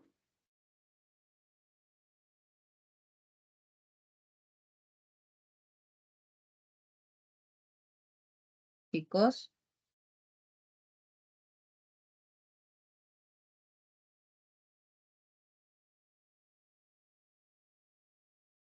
Esto es un cambio físico, ¿no? Dice, presenta una densidad física, perdón, presenta una densidad, nos piden propiedades, no, propiedades. Presenta una densidad de 0.968 gramos por mililitro, ¿no? Eso es una propiedad intensiva, ¿no? La densidad. Y su punto de fusión, acá sí tenemos propiedad. Su punto de fusión, no, pero la densidad también, pues, ¿no? La densidad es una propiedad física de los cuerpos, porque un valor ya establecido. Por ejemplo, el sodio tiene su propia densidad, ¿no? El cobre tiene su propia densidad. El litio tiene su propia densidad. Entonces, estos son propiedades físicas. Entonces, el sodio sí, perdón, la densidad sí estaría entrando acá como propiedad física, ¿ya? Su punto de fusión. El punto de fusión, ¿qué cosa es el punto de fusión? También es una propiedad física, ¿no? Porque cuando nosotros pasamos de una temperatura a otra para que un cuerpo se pueda fundir, está pasando un cambio físico y eso debido a la propiedad física. Entonces, el punto de fusión es una propiedad también física. Su capacidad calorífica. La capacidad calorífica también es una propiedad física, ¿no? Son valores ya establecidos para cada sustancia. Capacidad calorífica, ¿no? Y el calor específico igual. Es un valor determinado, así como tenemos la densidad para el sodio, para el cobre, para el litio, también tenemos el calor específico para cada una de las sustancias. Entonces, el calor específico también es una propiedad física. Entonces, estamos hablando de cuántas propiedades físicas. Ya no tenemos más. 3, 4, 5 propiedades físicas y tenemos 2 propiedades químicas. Por lo tanto, esto sería falso. Entonces, la clave en la pregunta 3 sería falso, verdadero, falso. La alternativa sería avión. ¿Correcto? ¿Estamos claros? ¿Alguien tiene alguna pregunta? ¿Está todo bien?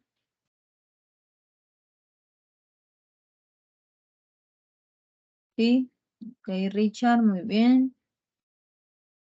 Los demás, a ver, muy bien, Anet, también correcto, conforme. Continuamos, ¿sí? Pregunta número 4. Dice, una barra de cobre de 4 metros. Antes de leer, vamos a la pregunta. Al respecto, determine el número de propiedades intensivas mencionadas en el texto. Ok, entonces me están preguntando por las propiedades intensivas, ¿cierto? Por las propiedades intensivas y por las propiedades extensivas.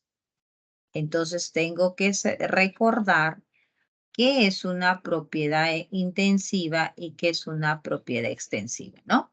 Las intensivas no dependen de la masa, mientras que las extensivas sí dependen de la masa. ¿Comenzamos?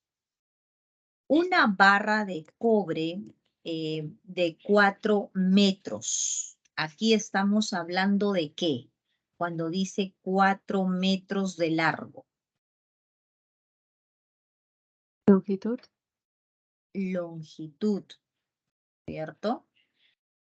Estamos hablando de longitud.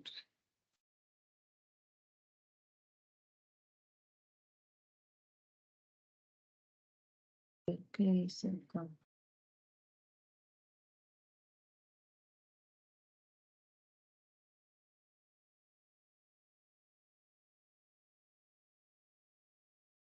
¿6 y 25?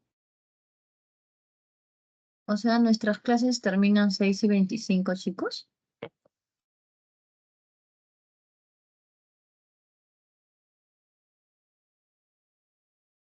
Mm, 6 y 25, sí, ¿no? Según lo que manda aquí el tutor son de 6 y 25, 6 y 40 tienen receso. Entonces terminamos 6 y 25, ¿no? Ya, ok. Ya. Listo. Entonces, longitud, muy bien. ¿Y la longitud es intensiva o extensiva? ¿La longitud depende de la masa o no depende de la masa?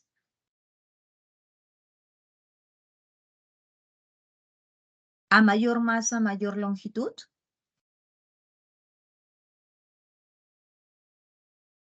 Sí, ¿verdad? Mayor masa, más longitud. Entonces la longitud es una propiedad extensiva de la materia, ¿no? Presenta un color cobrizo. ¿Color depende de la masa? No. No, muy bien. No. Entonces el color es una propiedad intensiva porque no depende de la masa. con 150 metros cúbicos de volumen. ¿El volumen depende de la masa? ¿Sí o no? ¿Sí? Claro, a mayor masa, mayor volumen. Es una propiedad extensiva. Tiene una densidad. ¿La densidad depende de la masa? Vamos, Luis, ¿la Sí. densidad depende de la masa o no depende de la masa? Mucho cuidado con la densidad, ¿ya? Porque la densidad, la fórmula que hemos estudiado en la clase anterior, que ha sido masa sobre volumen.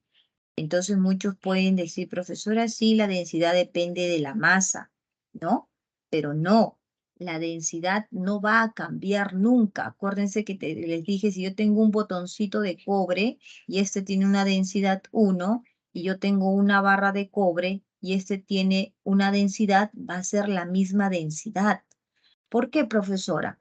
Porque si yo aumento la masa, ¿qué pasa también con el volumen? También aumenta y eso hace que la densidad siempre sea constante. Por eso es que la densidad es una propiedad intensiva que no depende de la masa. ¿Ok, chicos? No depende de la masa. Conductividad térmica. ¿Depende de la masa la conductividad térmica? No. Depende, es una propiedad también intensiva de la materia, ¿no? Conductividad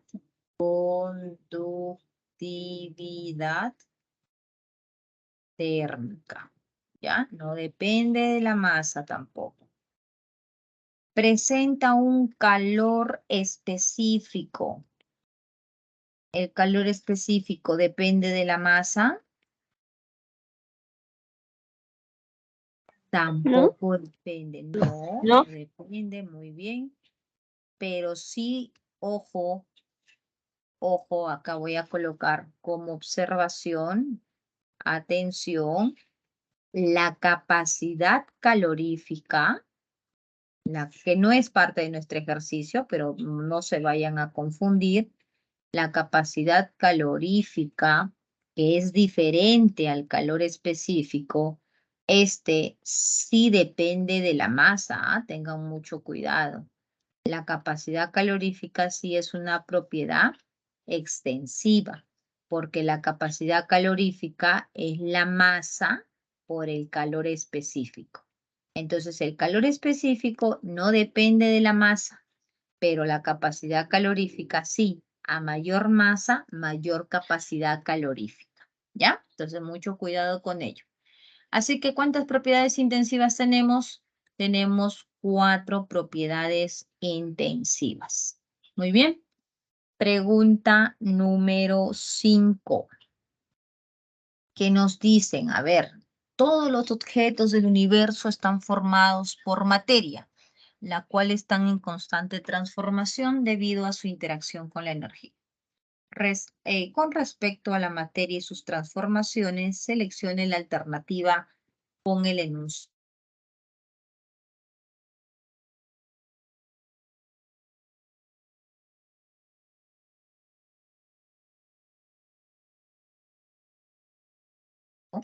Mediante un proceso llamado fusión, un proceso químico llamado fusión.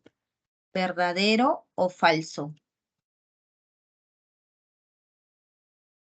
¿Qué dicen?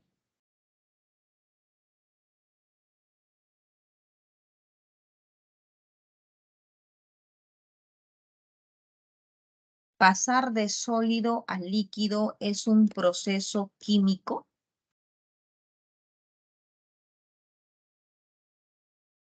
Es correcto, fusión. Eso es correcto.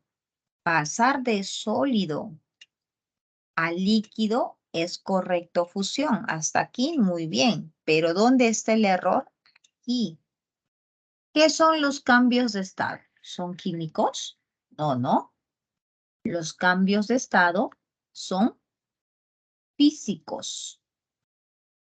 Así que esto sería falso, incorrecto. La temperatura a la cual pasa el agua de líquido a sólido se le conoce punto de ebullición. Chicos, esto nos enseñan en primaria. ¿Cómo se llama, Estrellita, cuando pasa de sólido, perdón, de líquido a sólido? ¿Cómo se llama ese proceso? Ustedes tienen un marciano. Eso, ustedes tienen su marcianito en líquido, lo llevan a su fridge, al refrigerador y lo pasan a sólido. Están realizando un proceso de solidificación, ¿correcto? Por lo tanto, ese enunciado también sería falso. La trituración de alimentos al momento de masticar es un cambio físico.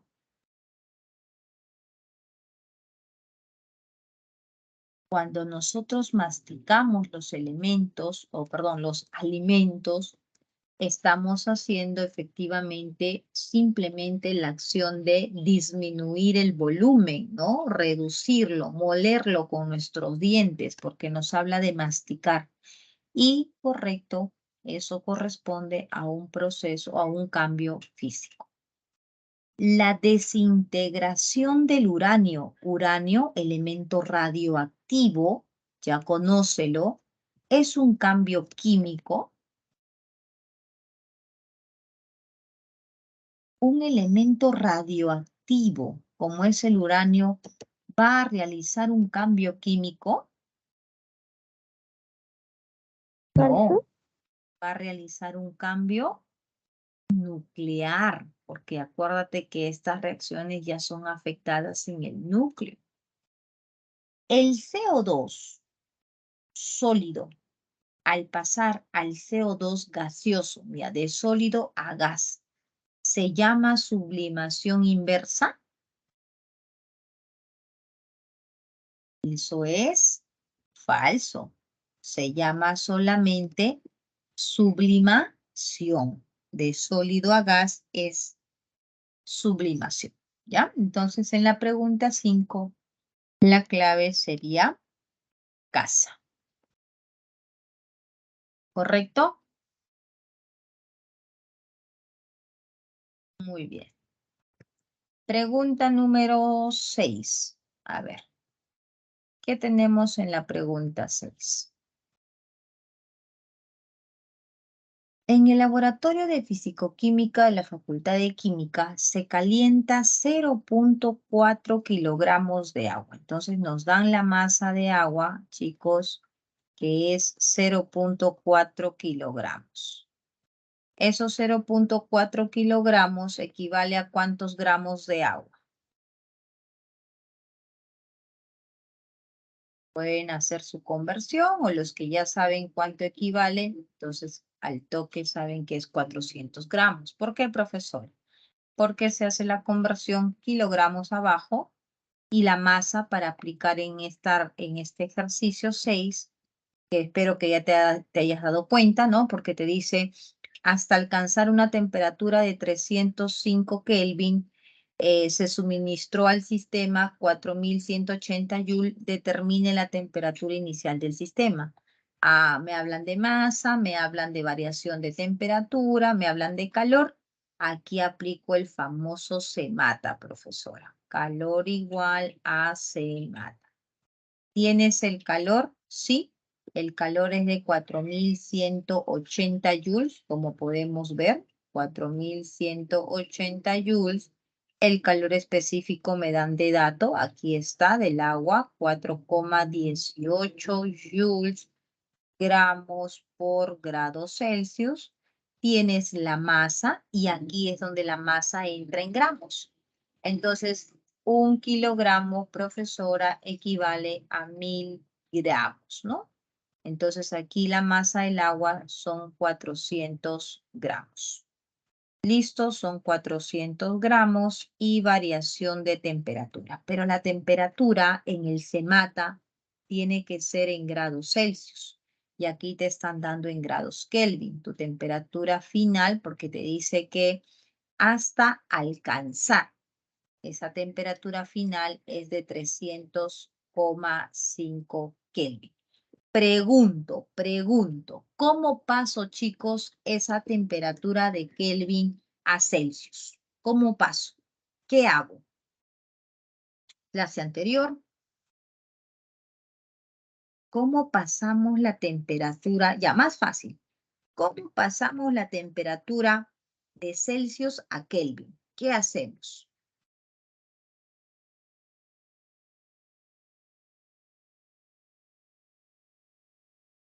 Sumamos 273.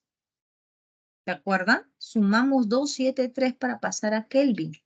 Ahora, si yo tengo Kelvin y quiero pasarlo a Celsius, ¿qué hago? Le resto simplemente los 273. Entonces, restando esos 273, me va a salir 27,5 grados Celsius. Entonces, aquí va a ser temperatura final, que es esta de aquí, 27,5, menos la temperatura inicial, que es la que me están pidiendo. Y ojo, me piden en el sistema internacional. O sea que una vez que yo tenga la temperatura inicial, tengo que expresarlo en grados Kelvin. Muy bien, esto ya es matemática, chicos. Se despeja de aquí la temperatura inicial y esto sale 25 grados Celsius. Pero yo no quiero en 25 grados Celsius, yo quiero en Kelvin. ¿Qué hacemos? Por favor, respóndanme. ¿Qué hacemos? Si ya está en Celsius y yo quiero en Kelvin, ¿qué hacemos? Sumarlo más 273. Eso, Nicole, muy bien. Simplemente sumarle 273. Entonces, ¿cuánto nos va a salir? 298 grados Kelvin, nuestra respuesta, ¿no? Entonces, así es como se resuelven estos ejercicios del CEMATA, ¿ya? Por favor, si es que no quedó claro, vuelvan a ver la repetición, ¿no? Vuelvan a ver la grabación del video, intenten resolver primero y luego vuelven a escuchar cómo es que se está analizando. Es la única forma de que ustedes puedan entender una y otra vez repitiendo el video, ¿ya? Siguiente pregunta, pregunta número 7. A ver. Yo voy a leer y les voy a preguntar qué vamos a aplicar, porque eso es lo primero que tenemos que saber. Por ahí tenemos que empezar. Reconocer de qué tema es el problema. El calorímetro es un instrumento que sirve para medir las cantidades de calor suministradas o recibidas por los cuerpos. Si se coloca una esfera de hierro de 100 gramos cuya temperatura es 220, en 200 gramos de agua a 100 grados Celsius, determine la temperatura de equilibrio. Muy bien, entonces aquí me dicen que tenemos una esfera que presenta una masa de 100 gramos, ¿no? Cuya temperatura es de 220 gramos, ¿correcto? Perdón, 220 grados Celsius. Y este nos dice que se va a sumergir en un recipiente que contiene agua, ¿no? Esto es un bloque de hierro. Esto se va a sumergir en un recipiente que contiene agua, que contiene una masa de 200 gramos de agua y que esto se encuentra a una temperatura de 10 grados Celsius. Muy bien. Entonces dice, determine la temperatura de equilibrio. ¿Me están escuchando bien? Temperatura de equilibrio o temperatura final. Confírmeme, por favor, porque no sé si sigo en red, sigo en línea. ¿Me escuchan bien? Sí se escucha, profesora. Muchas gracias, Anita. Listo. Pregunto entonces, ¿qué tema o qué fórmula vamos a hacer uso aquí para hallar esa temperatura de equilibrio? ¿Qué aplicamos, chicos? A ver. ¿Qué aplicamos? ¿Qué tema? ¿Qué te recuerdas que hemos estudiado hoy para poder determinar esta temperatura final? ¿Qué se cumple cuando tengo dos cuerpos a diferentes temperaturas y estos se juntan?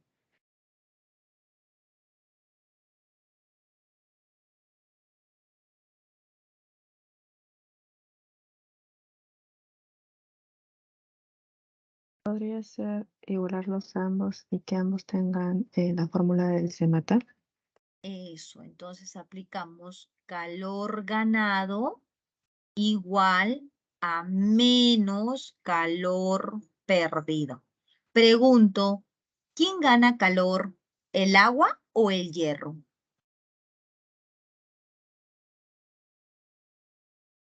¿Quién gana calor, el agua o El el agua. hierro? Muy bien, fíjense las temperaturas. El agua está a 10 y el hierro está a 220. Entonces el que va a ganar es el agua y el que va a perder es el hierro. Entonces tengo que aplicar CMATA para el agua y tengo que aplicar CMATA para el hierro. ¿Listo? Entonces ya sabemos los datos para el agua. Mira, aquí está para el agua. 1 caloría por gramos por grado Celsius. ¿Cuánto es la masa del agua? Masa del agua, 200 gramos. Y variación de temperatura. Temperatura final, que es lo que quiero hallar, menos la inicial. ¿Cuánto va a ser la inicial, chicos? ¿Cuánto va a ser la inicial? Estamos hablando del agua. ¿Cuánto va a ser? Iremos al 10. agua. Eso. Menos 10. Grados Celsius. Es. Eso. Va a ser igual a menos. Ahora todo para el hierro. Calor específico del hierro, 0.1 calorías gramos por grado Celsius. Masa del hierro, ahora sí, masa del hierro por aquí, 100 gramos. Y variación de temperatura. Temperatura final menos la temperatura del hierro. Ahora este estaba en 220 grados. Aquí esto ya es álgebra, ¿correcto? Aquí ya operamos, ¿no? Aquí sería 200 por T, ¿no? 200 la temperatura final, menos 2000, ¿no? Esto es igual a 0.1 por 100, eso es 10 multiplicado por la temperatura final, 10 veces la temperatura final, menos con menos más y 0.1 con 220 multiplicado por 100, eso nos daría 2200, ¿cierto? 2200. Eso. Y ya, de aquí ya despejamos temperatura final, más sencillo. ¿Y cuánto va a salir esa temperatura final? Temperatura de equilibrio. Acá sí es álgebra, ¿no? No creo que alguien tiene duda cómo operar aquí. Operando entonces pasito a pasito. 200 con, aquí era menos por este signo, menos. 200 menos 10 de temperatura final, eso es 210 la temperatura final. Y eso es igual a 2200 más 2000, eso sería 4200, ¿cierto? Sería 4200 y despejando aquí la temperatura final, esa temperatura final estaría saliendo 20 grados Celsius. ¿Listo? Eso sería entonces la respuesta en la pregunta número 7. Entonces, es sencillito, chicos, no es complicado. Solamente que tengo que entender bien mi ejercicio, tengo que reconocer bien de quién estoy hablando, qué datos tengo, qué fórmula voy a utilizar. Cuando yo identifico el tema, yo ya sé la fórmula y solamente tengo que colocar correctamente mis valores con las unidades correspondientes. ¿Ok? Muy bien, vamos con la siguiente pregunta. Pregunta número 8. A ver, ¿qué nos dicen en la pregunta 8? Einstein propuso la ecuación más famosa de la historia. La energía es igual a la masa por la velocidad de la luz elevada al cuadrado. Fue una deducción que enseguida permitió entender los fenómenos inexplicados hasta el momento, como por qué, cuando el uranio radioactivo, palabra clave, uranio radioactivo, se desintegraba, ¿no? Su peso disminuía y generaba una enorme cantidad de energía. Si se desintegra 10 nanogramos del material radioactivo, me están dando masa, 10 nanogramos, determine la energía en Joule.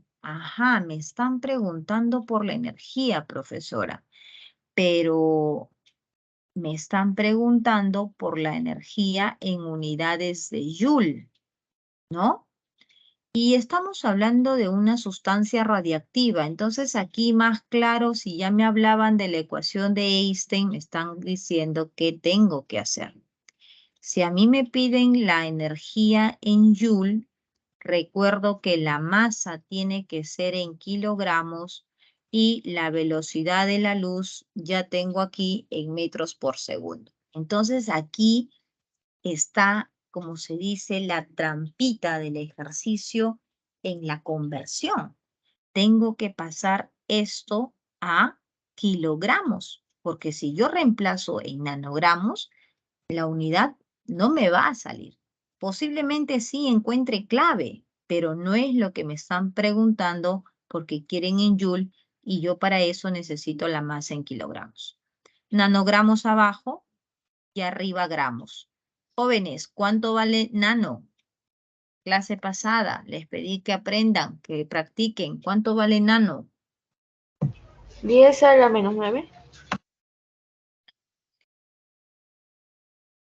Entonces multiplicamos, chao nano, y me queda en gramos. Pero yo no quiero en gramos, así que continúo. Gramos abajo y arriba lo que quiero, que son kilogramos. Chicos, ¿cuánto vale kilo para poner abajo el valor de kilo? 10 a la 3. Muy bien. Kilo vale 10 a la 3. Por lo tanto, chao gramos, y ya tenemos nuestra masa en kilogramos, ¿cierto? Esa masa, entonces, ¿cuánto sale en kilogramos? A ver, operamos. Tenemos 10 por 10 a la menos 9 por 10. Este menos 3 sube arriba con menos 3. Entonces tenemos 9, 10, 11, 12, menos 12 más 1, eso es 10 a la menos 11. Por lo tanto, esta masa ya lo tenemos en kilogramos, sería 10 a la menos 11 kilogramos, ¿correcto? Y la velocidad de la luz elevado al cuadrado. Entonces, 3 por 10 a la 8 elevado al cuadrado metros, acá, metros por segundo, ¿no? Entonces aquí ya operando esto 3 al cuadrado, eso sale 9, ¿no? Esto sale 9. 8 al cuadrado, eso es 8, 16 y 16 con 9, perdón, 16 con 11, eso sería 5, ¿no? Entonces, por 10 a la 5 Joule, ¿no? Porque kilogramos, metros cuadrados, segundo cuadrado, eso ya es Joule. Entonces, es importante que yo sepa que cuando a mí me piden en Joule, la masa tiene que ser en kilogramos, ¿no? Si no, ahí ya no sale cualquier otro valor. Y por lo tanto, chicos, en esa pregunta número 8, nuestra clave sería la alternativa avión. ¿Listo? Muy bien, entonces, ¿me entendieron? ¿Estuvo claro? ¿Tienen alguna pregunta, alguna duda? ¿Todo bien? Todo bien, profesor. Ok, Janet. Entonces, chicos, hoy día ya hemos aprendido un poquito más de fórmulas de energía, el calor que es el semata, ¿cierto? ¿Qué más tenemos? El equilibrio térmico, calor ganado igual a menos calor perdido. Y tenemos que saber utilizar reemplazando correctamente nuestras unidades, ¿ya? Les dicto las claves domiciliarias para que ustedes puedan practicar. Pregunta 1, clave casa, ¿ok? Practiquen, practiquen, no se confíen hasta el final porque de verdad las semanas pasan volando, chicos. En un abrir y cerrar de ojos, ahorita llegamos a la semana 4, semana 5, examen, semana 8, examen, y ya vamos a estar finalizando el ciclo. Así de fácil, ¿no? Así de rápido. 1, casa. 2, avión. ¿Ok? 2, avión. 3, barco. 3, barco. 4, barco. Profesora, Dime. ¿qué tal? A los chicos les queda 1 minuto para que entren a su break y para que entren a su próxima clase. Ah, sí, ya estoy terminando, no se preocupe. Ya, profesora, muchísimas gracias. Ya, 3 barco, 4 barco y 5 casa, ¿ok? 5 casa, 5 casa y 6 enano, ¿correcto? Muy bien, chicos, entonces con esto terminamos la semana 2 y ya nos estamos viendo la próxima semana para iniciar la semana 3, que necesito que practiquen, ¿ya? Cualquier duda que tengan, recuerden que estamos también con las consultas académicas en la semana, así que pueden entrar para reforzar, ¿ya? Las consultas académicas tenemos los días conmigo, ¿ah? Conmigo, las consultas están siendo conmigo. Estamos los lunes a las 4 de la tarde, estamos los miércoles a las 5 de la tarde y estamos los jueves a las 3 de la tarde, ¿ya? Entonces, cualquier duda que tengan, ahí también en consultas les puedo ayudar si tienen alguna pregunta, ¿ya? Listo, mis chicos, cuídense mucho. Nos vemos la próxima semana. Chau, chau. Gracias, profesora. Hasta luego. Gracias, profesora. Chicos, Hasta luego. cuídense. Chau, chau.